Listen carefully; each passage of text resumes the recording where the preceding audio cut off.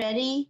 Dr. Hamilton, Yes. I'm sorry to interrupt. I just got switched from Dr. Lamb because I think y'all switched groups. So he just sent our old group that's been meeting with you this link.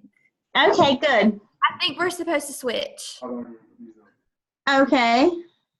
I think is what he was saying. He was kind of going around, but he sent us a new link, so I think the rest of our groups are to be coming in, and then I think everybody that's is supposed to go back to his previous email from the other day and use that link. Okay. I think I could be wrong, but he just sent me that email. Okay, his email from which day?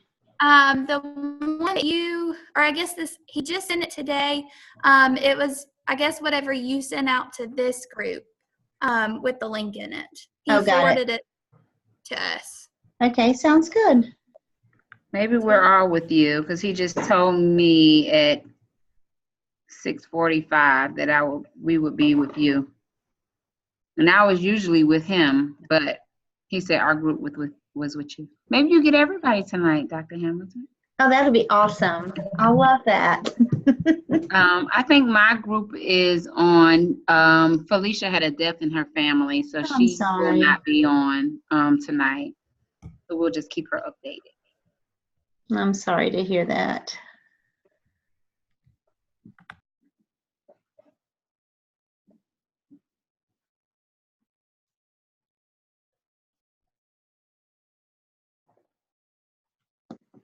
So Amanda, thanks for getting all that organized for us. You're welcome. I don't know how much it helped because half my group is still in that one. Okay. I'm not sure exactly what's going on.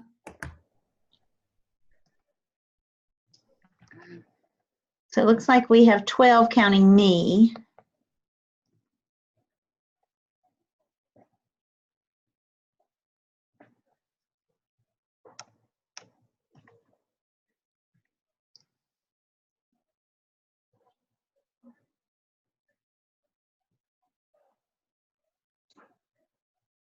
Yes, sweetie. 13. Layla.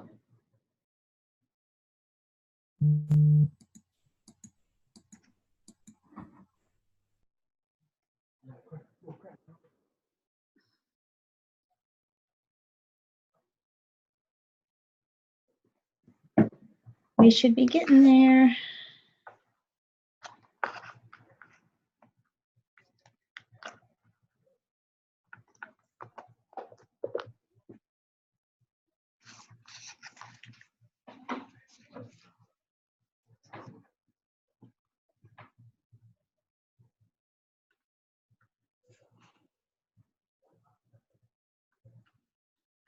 Do we have any full groups with us yet?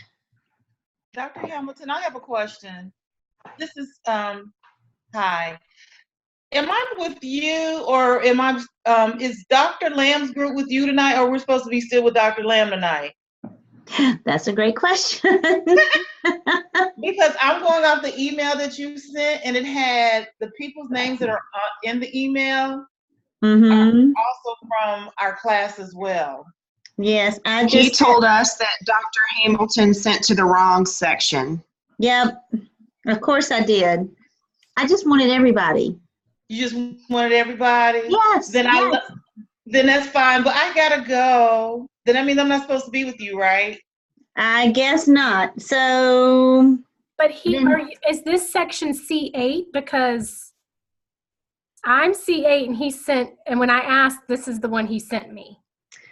So he said in my email from him, it said, please remember we're presenting case study 3 this Wednesday, July 10th. My MELS section 603 C6 will be with me, and my C8 section will be with Dr. Shepard and Hamilton.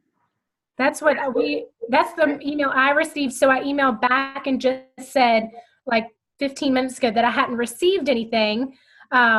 And that I was in his C8, and he forwarded me your email, and I forwarded it to all of my Zoom members. Okay. Yeah, well, I got the email from him that said we were to be with you tonight. Are you seeing the email that we got for him originally said that we would switch up our groups next week.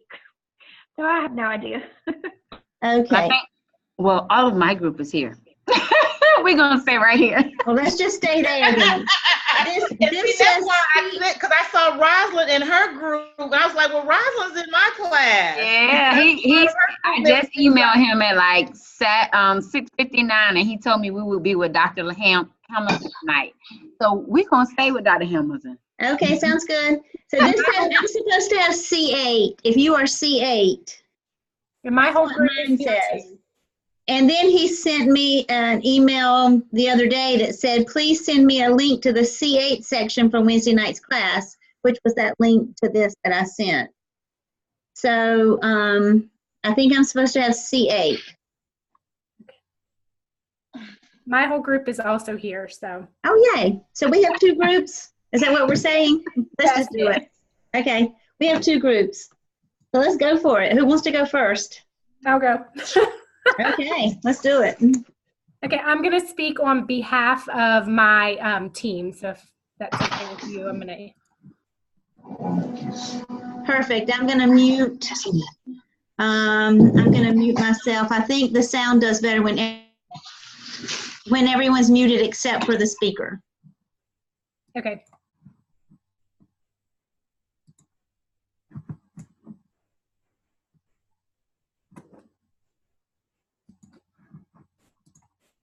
Can you see my screen? Yes, okay. Okay, so let me put it in present mode. So case study 3, we are normal 2.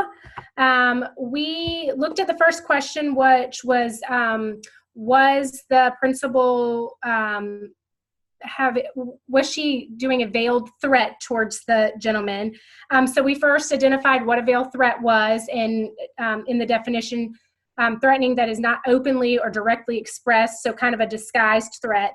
As a team, we felt like yes, she was, because she was asking the boys to resume their relationship after graduation, and she kept kind of pushing that you can wait, it's just a little bit longer, and so we felt like with that, and that she kept talking to the boys.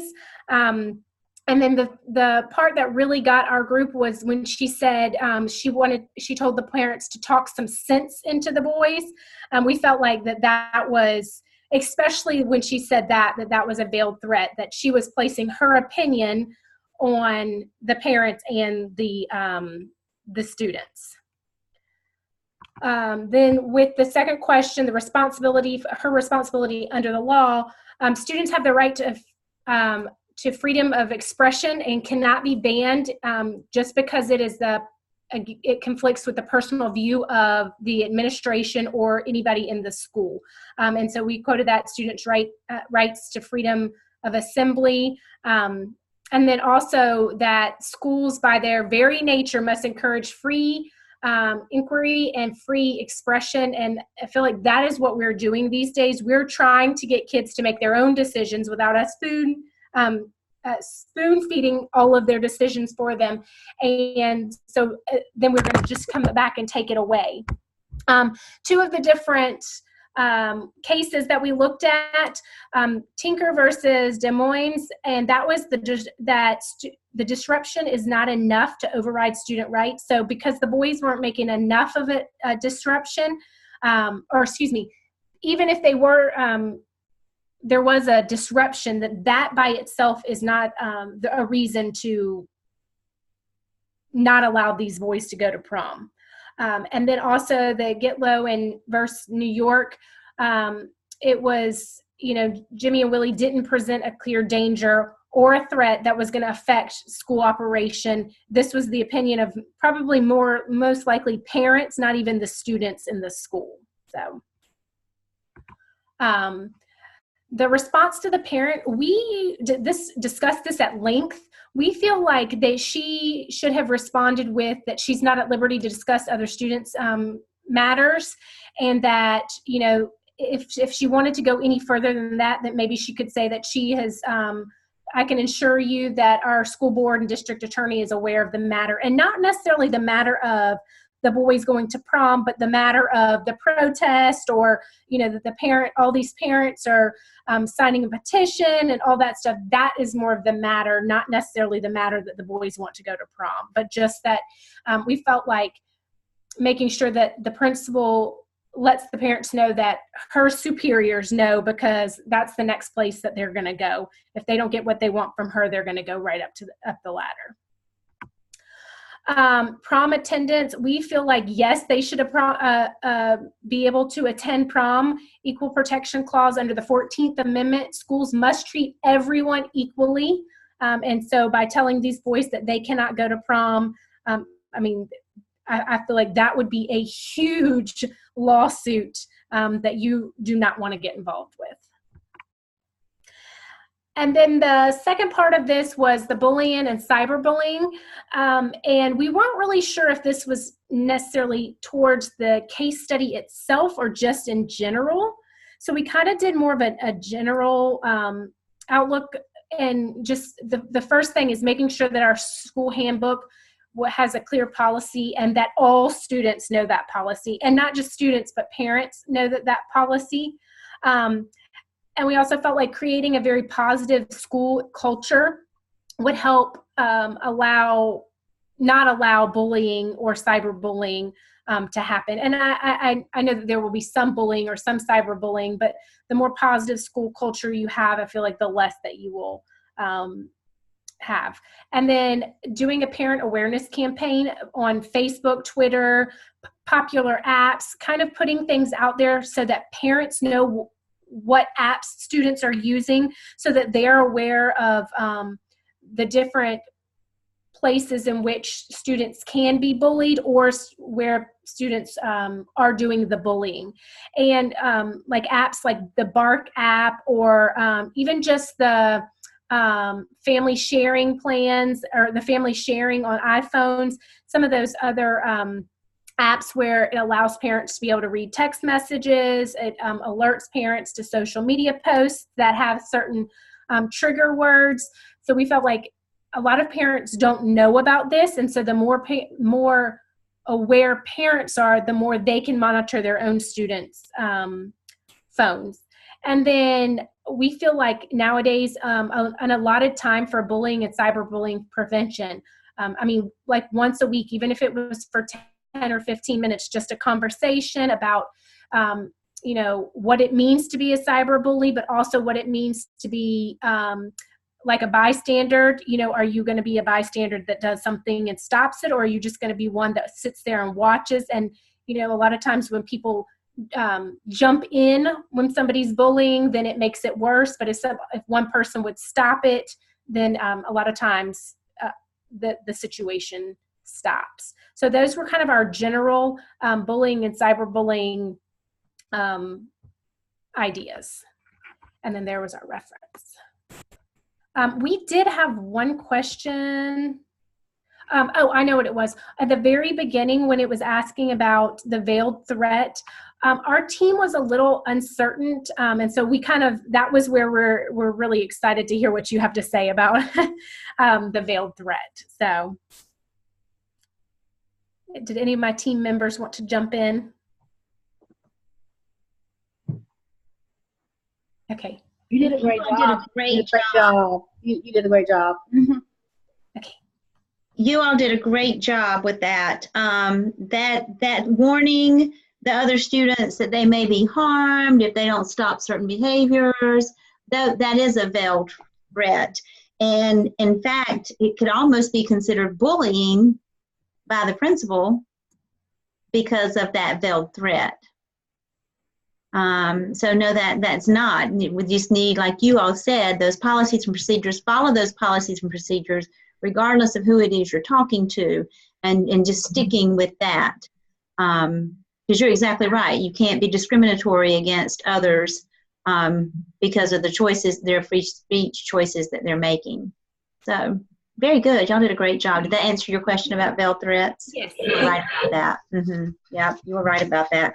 And what she was trying to do, of course, was just trying to minimize any, or she was trying to prevent any disruption or any conflict, and that is not supported by the law either. So just because something's unpopular. So good, y'all did a great job. Thank you. All right, who's next? Can we go next, Dr. Hamilton? Love for you too. Okay.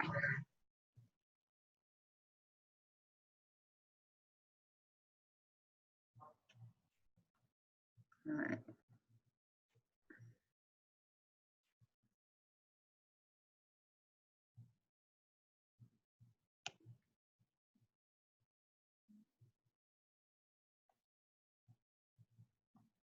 Okay, can you see it? Okay. James, are you ready? Yep, I'm ready. All right, good evening, everyone. So as we already know, the case studies spoke about, of course, two boys who had developed feelings for each other and wanted to go to the prom together.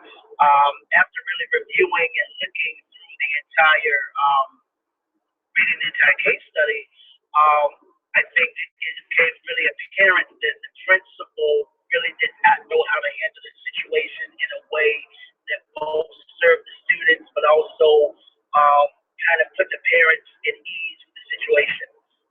It was clear. James, excuse me for just a minute. I am struggling to hear you a little. Is anyone else struggling to hear James a little? Okay, let me turn my volume up. Is that a little better? Hold on, matter of fact, I know how to solve it. Give me 1 second, I can solve it. I think you're on your cell phone. Maybe if you took it off speaker and Yeah, that's what I want to do, yeah. Maybe trying to look at the presentation though. James, do you want me to jump in? Yeah, go ahead until I fix my audio. Okay. So our group kind of just reviewed the review chapter 5 first. In chapter 5, it talked about students' protection under the Constitution, the students' right to freedom of expression, the students' right to freedom of assembly, a student's right to written and oral expression, policies governing substantial disturbances and physical gestures, the heckler's veto, students' right to privacy and issues concerning drug testing. And then it also talked about the reviews of U.S. Supreme Court cases surrounding the First Amendment and other amendments for students. Some considerations that we put: important unknown information. The case study didn't really specify if this was a public school or private school. And so if it is a public school, they of course have to follow the federal, state, and local policy, which is a little different than private schools. So under consideration, the U.S. Supreme Court states that students do not share the constitutional rights to freedom and expression at the schoolhouse gate, meaning that their rights to freedom of speech and expression doesn't stop when they enter the school. Also, the First Amendment gives students the right to speak, write articles, assemble, to form groups, and petition. And then just kind of looking at the considerations for the North Carolina General Statute, it states that students shall not engage in disorderly conduct, which our group felt was important to note because it's not so much that they can't go to prom together, but they also cannot get to the school and be, you know, doing some of everything at prom. So that's an important consideration as well. And then we reference the Frick versus Lynch case, the Garcetti versus Cabola's case, and then the educational amendments as well. Jessica, you want to jump in? Yes, I can. And then our response to questions. So we did say, you know, her comment could be taken as a warning or interpreted different ways to the boys and their parents. And her responsibilities under the law are to balance the first, hold on, let me see if I can get, okay.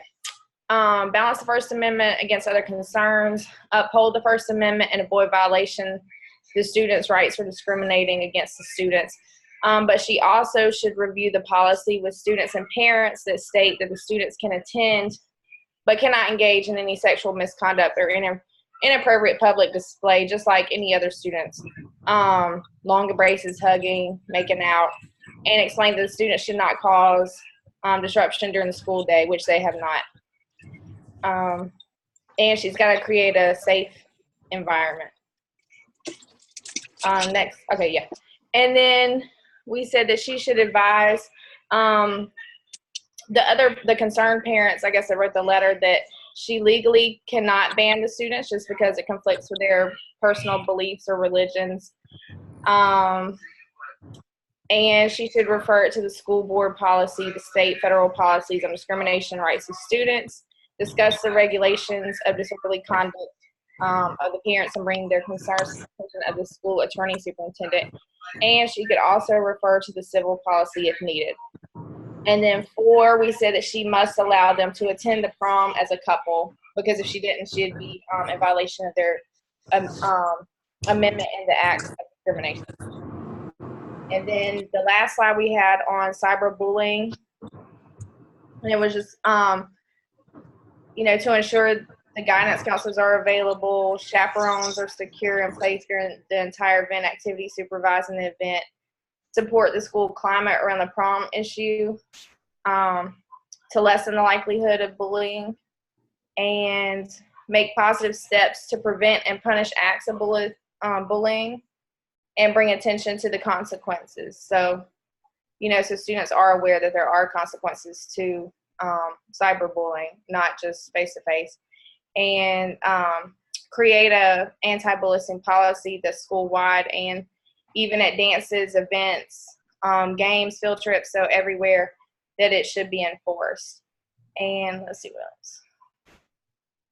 Oh, encourage other students, I think the other group said that too, like to stand up against bullying, not just if you are the one that's bullying, but if you see it, go on to stand up for your fellow classmates, and refer to school board policies, an anonymous reporting method. And that is it.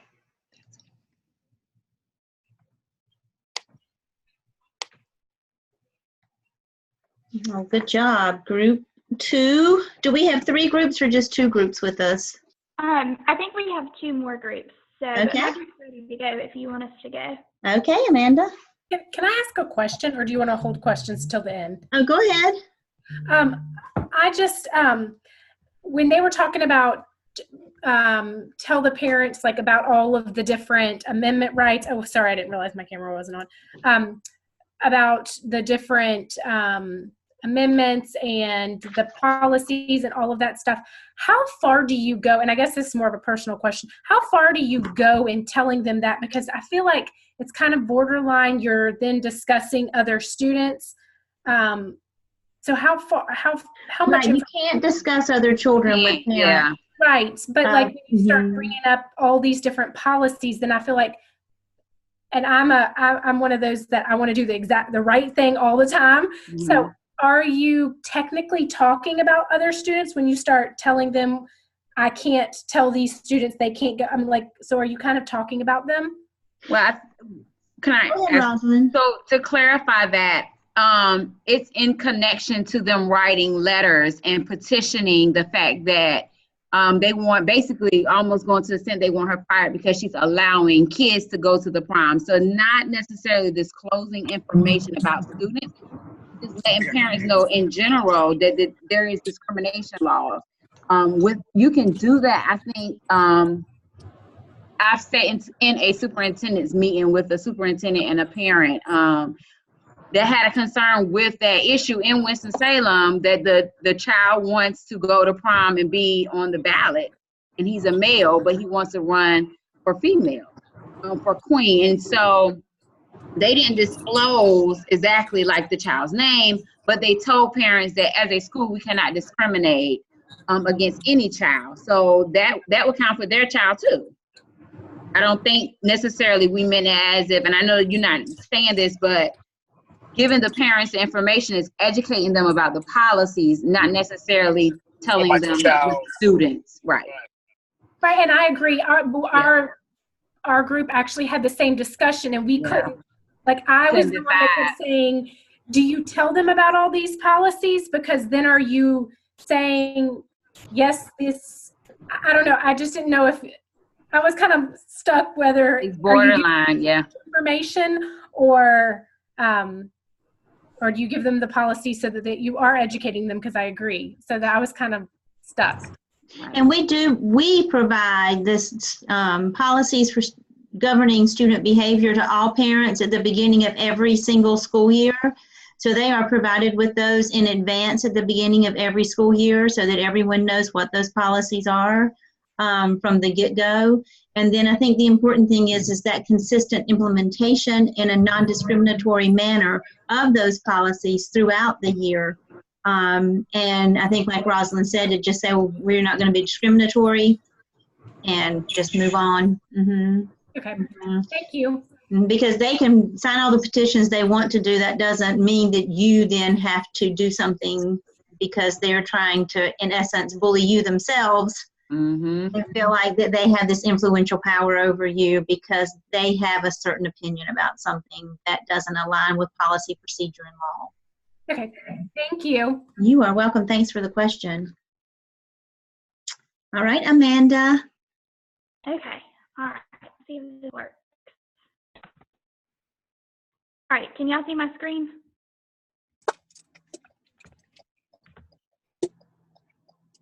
All right, so we kind of, well, not kind of, we pretty much said the same exact things that the other two groups have said.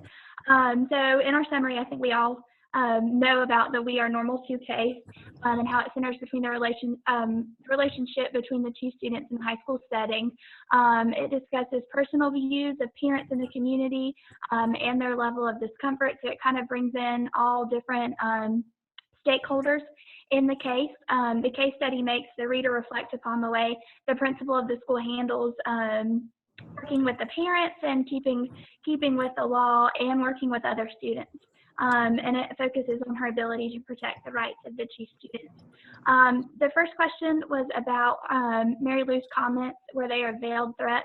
Like the other two groups, we agreed that they were a veiled threat because in her conversations with their family, she mentions the possibility of harm from other classmates, and that harm is unclear. Especially since most of the backlash to us, one thing we noticed was most of the backlash seemed to be coming from the parents and not even the students in the school. And so the parents were really kind of the ones, like you guys said earlier, that were doing the bullying. We said it's her responsibility to protect all the students and not to succumb to the threats or pressures from a certain set of stakeholders. If she's following the law, then she's got nothing to worry about legally. What are her responsibilities under the law? Just like the other group said, to protect all students. That means that the students have the right to free speech and the right to assemble. And she must also recognize the heckler's veto, which is kind of going on with these parents in this situation. And how if she takes action that she's not recognizing the rights of Jimmy. And what's his name? It was covered up, I think. Willie. So number 3 says, how should she respond to the concerns of the Hudsons? We said that she definitely should provide a listening ear to them. She needs to hear them out. However, she should govern herself by the laws that protect all students. Her responsibilities are under the law and the First Amendment. We recognize too that most schools do have a PDA policy, which all students must follow. So if they were, making them comply to that, they're making all students comply to that. We also talked about here, we had the same discussion of, what exactly can she tell the parents, what she can't talk about the students, but, are there some laws here that she can kind of explain why legally, things are okay. Question number 4 said, should Mary Lou allow Jimmy and Willie to attend prom together as a couple? We said yes, they should be able to attend prom as a couple because that's their right. As a group, we felt that she didn't really have a choice. We all agreed that because we felt like this case study might have taken place a couple years ago, and that things have kind of changed lately and culturally, and that most high schools actually have LGBT organizations and clubs and day of silence, like this case study mentioned. So the lifestyle is kind of being more accepted in today's society. and like the other group said, to minimize bullying and cyberbullying, we talked about how this is already in your code of conduct and how students sign this and agree to it at the beginning of the year, and how any violation of this code of conduct, depending on the tier that it may fall in, can result in something like an in-school suspension, a short-term suspension, and if it's a major violation, that you could be reassigned to a school, long-term suspension, anything like that. We agreed that the bullying actually seems to be coming more from the parents at this point, from their petition condemning this abomination. As they said, the principal is ultimately responsible for the safety and concern of all the students at Red Creek High School, and to minimize any bullying or cyberbullying, it is the responsibility of the school principal, administrative team, teachers, and counselors to educate students and implement anti-bullying policies and laws. It's important to report and follow up on any incidents that have been reported, and to kind of help prepare help perpetrators and stop the bullying behaviors. Then we identified the 4 paradigms. With justice, the principal must exercise justice and equity by upholding the law and protecting the constitutional rights of all the students. Care, the principal demonstrated care and concern by listening to the views and opinions of all those affected, but ultimately she must abide by the law in the decision-making process.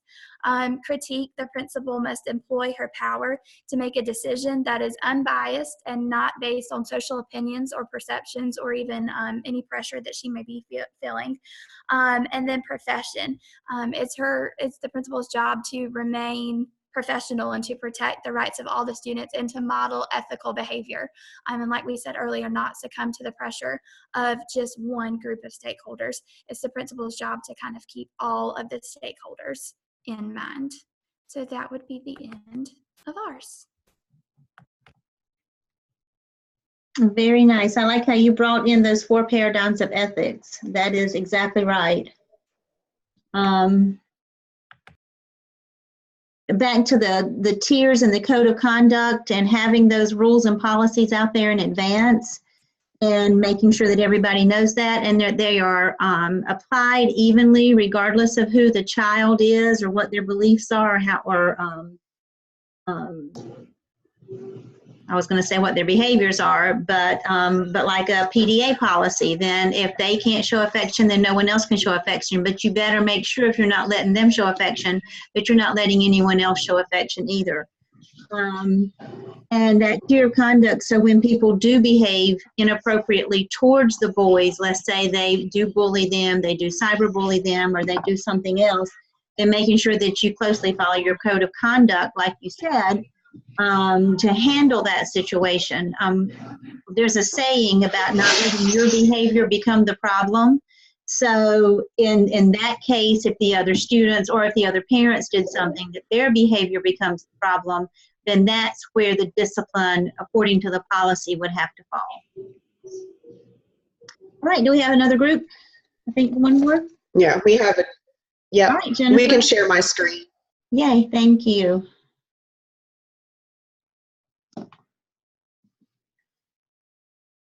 Let's see. Go away.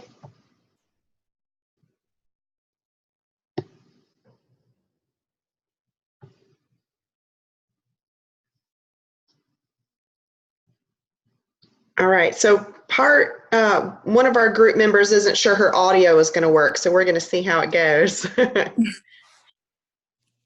Veronica, is it working? Can you hear me? I can hear you. Okay. I'm on. I'm ready. All right. Okay, we addressed, would you consider Mary Lou's comments a veiled threat? The comments came across as somewhat threatening since she did not begin by explaining their rights. She only told them of the possible repercussions. She only told them of the possible repercussions to their choices, and her comments were that it would subject them to possible harm if they needed to, and that they needed to understand the danger. So she was kind of warning them what would happen to them, but she failed to tell them what things the school was responsible to do to protect them. So therefore, we felt like it was a threat. She did kind of, it was a veiled threat.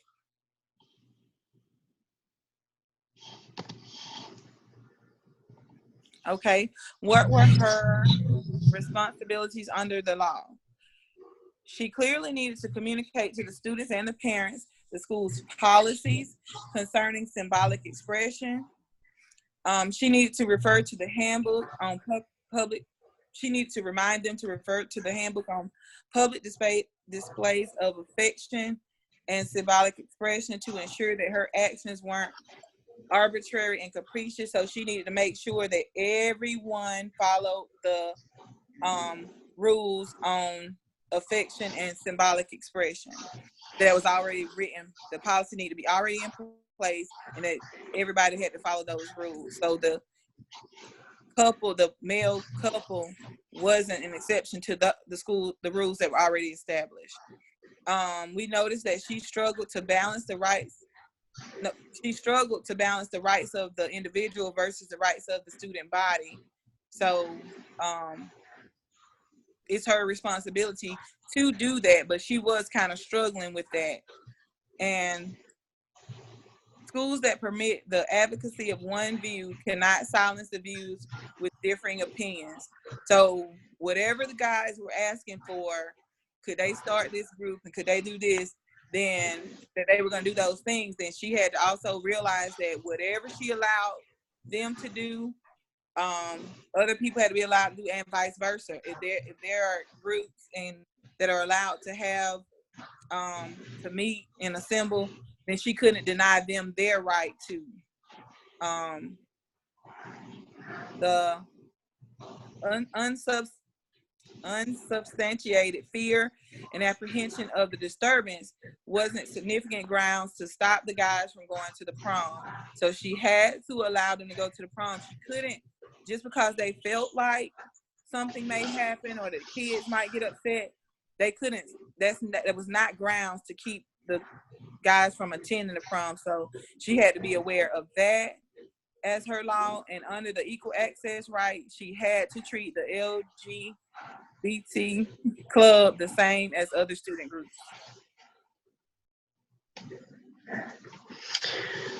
So there were definitely a lot of legal things going on for poor Mary Lou there. But so how should she respond to the parents? Because the Hudsons are really the ones who were making the biggest stink about it.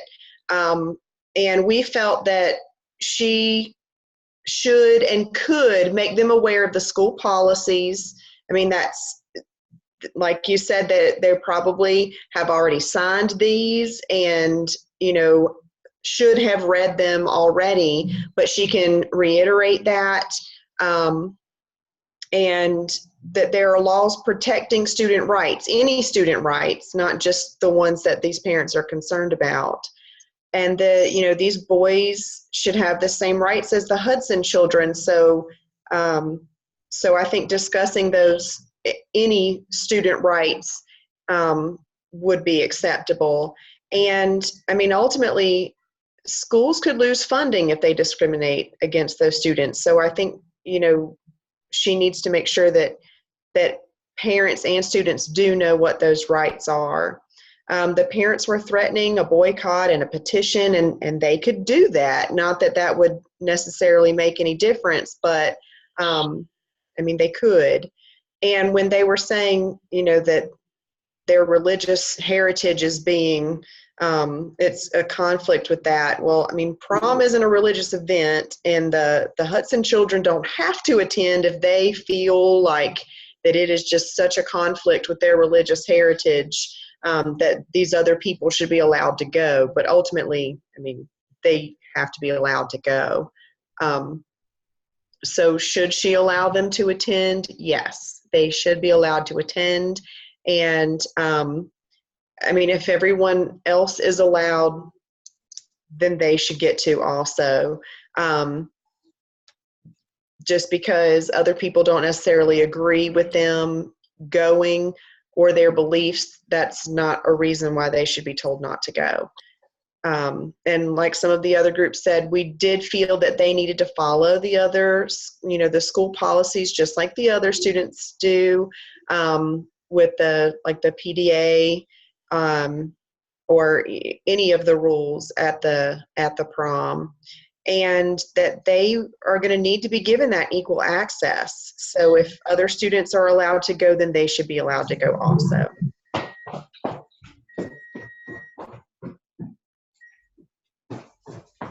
All right, Miss Angelina, are you there? I sure am. I'm here. Okay. Minimizing bullying and cyberbullying. We said that Mary Lou School should definitely have a policy established, so they should have a handbook with the policy in place that really defines what cyberbullying and bullying and harassment are. And it needs to inform the students, the parents of the possible consequences for the violations. The administrators can step in if it's online speech causes a disruption or believe it could trigger one. So the next one says, this district should have in place an anti-bully curriculum. Teach children what good citizenship looks like, feels like, and sounds like. Especially when it comes to the right of the LGBT students. Create a school climate that allows victims to report being victimized and lessens the chance of bullying. So those were all the things that we said that would minimize the bullying or the cyberbullying. But also recognizing those signs and just responding immediately to it if they are signs of bullying. And last but not least, the last screen, we actually referred to some of the cases that we felt that were really related to the case study.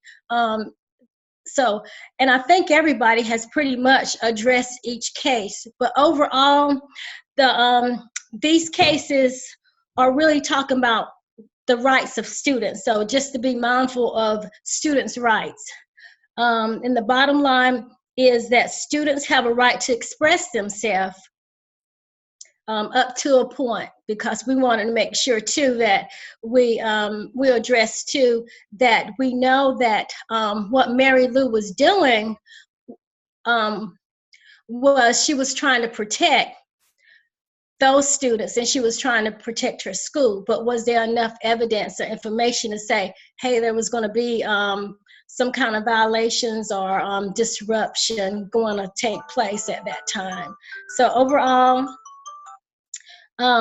again, making sure that we have laws and regulations to protect students when it comes to their rights.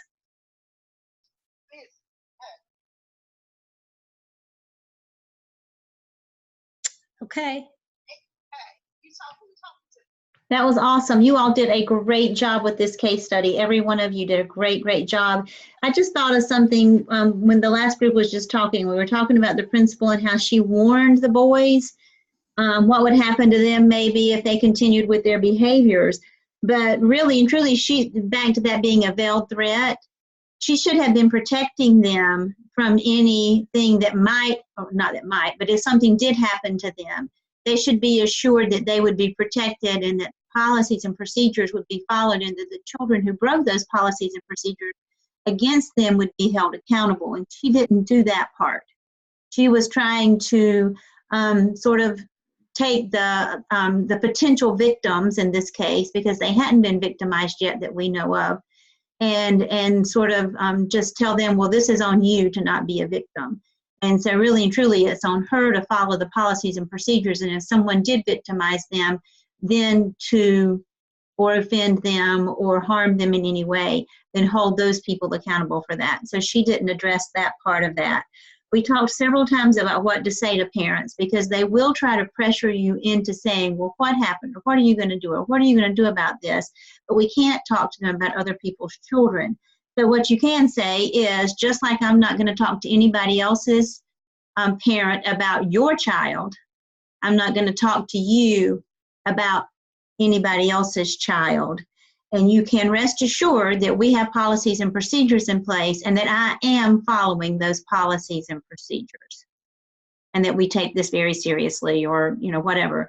But just say, we have policies and procedures in place, I'm following them, But like, I'm going to protect you and your child and take care of your confidential information.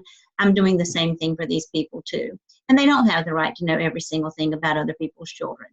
And that's okay. And if they don't understand that, then that's okay too. I probably wouldn't mention the part to any parents about if we discriminate or anything, we could lose funding. I think that that they would just, then they'd just go off saying, well, they're going to let them do that so they don't lose money. That just sort of adds fuel to the fire. Even though that's true and we might know that, I probably wouldn't share all that part with parents. Sometimes the less said, the better. Just sort of sticking with what you absolutely need to say with them. But the principal really should have dealt with any public displays of affection that were a violation of the policies that are in place, and that should have been dealt with across the board, whether it was with these boys or any other children in the school, and any public displays of affection that we know go on in high schools every day. Because when those things aren't dealt with, then those little things over time build up and become bigger things. It is a violation of FERPA, which I don't think we overtly said tonight, to discuss other children with other parents. Of course, the boys cannot be banned from the prom because, as you all mentioned very clearly, that's discrimination. And students can't be banned because other students may misbehave. We can't just go on what might happen, especially if something hasn't happened. That heckler's veto that I'm sure y'all read about in your book on page 135 addresses all that. We already talked pretty extensively about the principal really did provide a veiled threat towards them. And then, of course, and I think you all addressed this, the students may assemble and may have extracurricular clubs and do all those kinds of things. But again, all those have to follow those same policies and procedures that are in place and followed consistently with the application of every club or anything that they wanted to do consistently across the board. So hopefully that those written policies and procedures would prevent any arbitrary infringement of a constitutionally protected right. The key, of course, always is for the principal to look at the policy, follow the written policy, and to not arbitrarily or capriciously treat these boys any differently for their ideas or their feelings or what they're thinking about with their sexual preferences.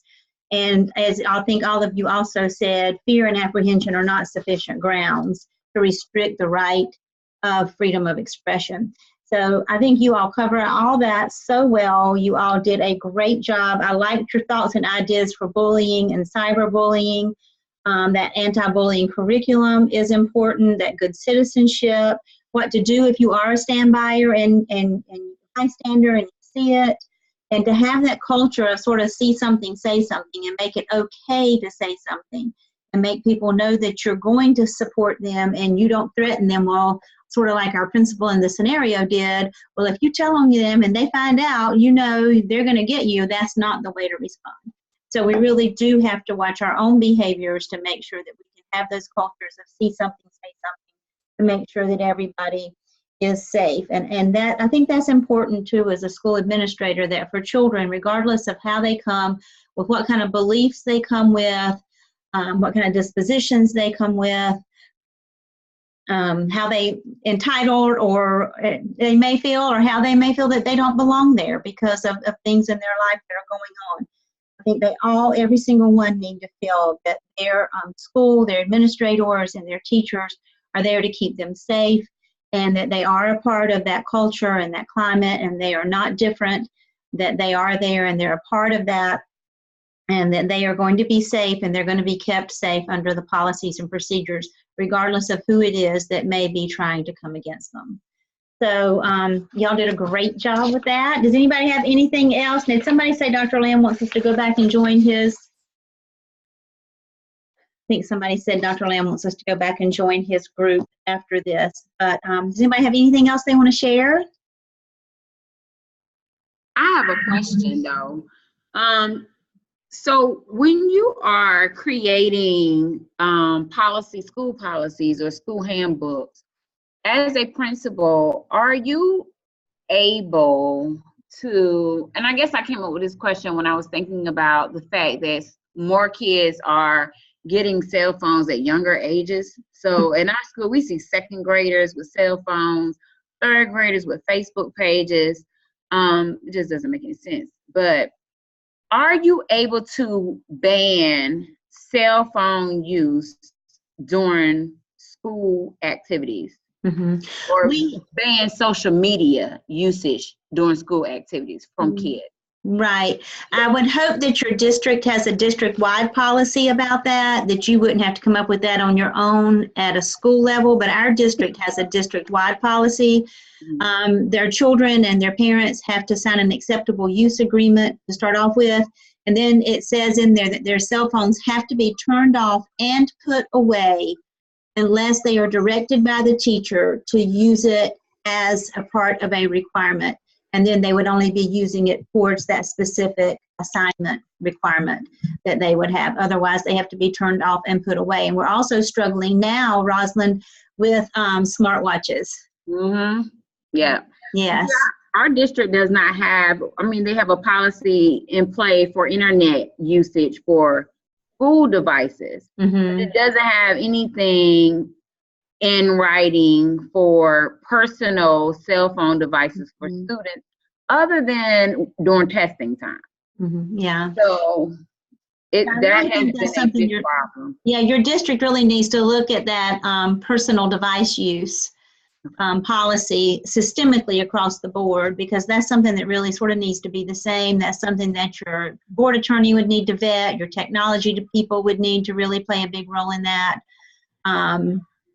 because it is a problem. You're right. And on school buses, it's a problem. Games. We had a PTA event and a child was in the bathroom recording another child. Oh, no. Bullied. And it's ridiculous. Yes. It's ridiculous. Yes. Okay. Thank you. You're supposed to be like 13 to have like a Facebook account. Or, right. Yeah. Doesn't work. Oh, and they tell you point blank. Oh, my mother told me to use my older sibling's sister's name or whatever. Yeah. Yeah. What are we teaching them? Yeah. It's crazy. Epic fail. All right, well, thank you all. You did a great job. If y'all want to go pop back in on Dr. Lamb's, his meeting ID is 946-166-518. So if you just go to Zoom and put in the meeting ID, 946-166-518. Okay, thank y'all.